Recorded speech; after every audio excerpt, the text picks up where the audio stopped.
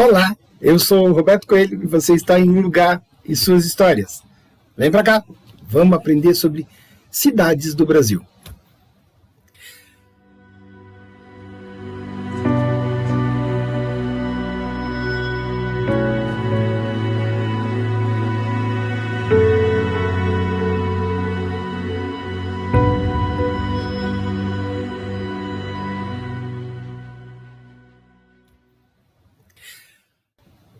A cidade mais antiga do estado de Santa Catarina foi fundada em 1504 pelos portugueses e preserva até hoje uma série de construções temáticas, muitas delas tombadas pelo IFAM. Influências espanholas, africanas, francesas se misturam em elementos de suas edificações, concentrado em seu charmoso centro histórico. Atrações como o Museu Nacional reúnem embarcações de todo tipo de litoral da região. Estamos falando de São Francisco do Sul, em Santa Catarina. Vamos conhecer?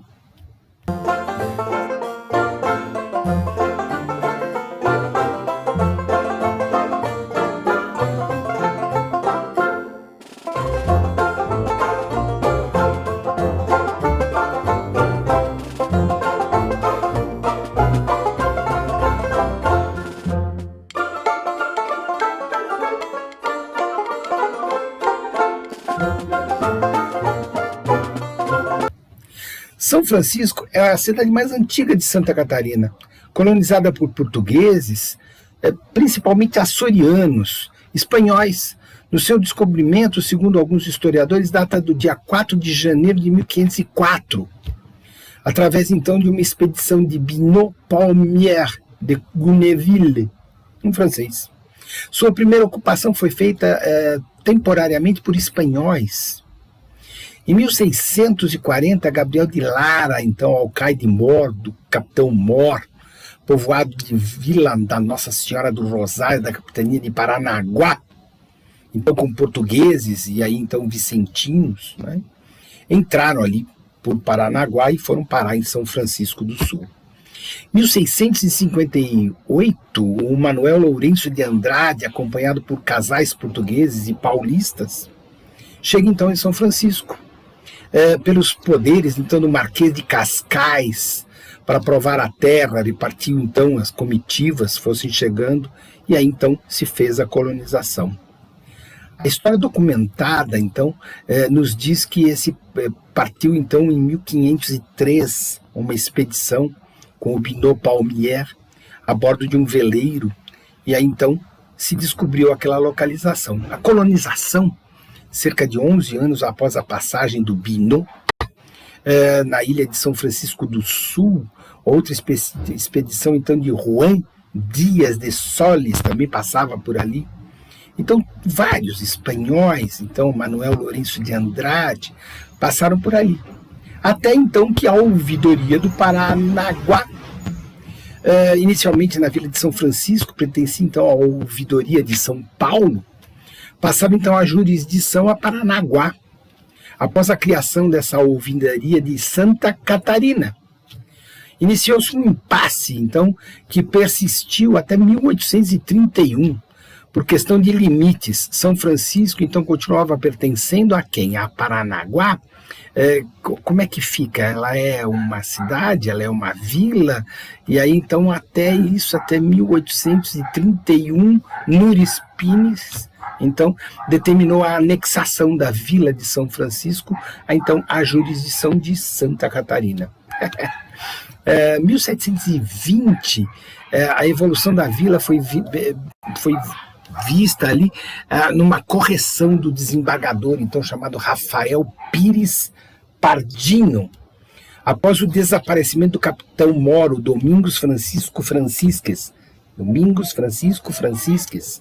também chamado de Cabecinha.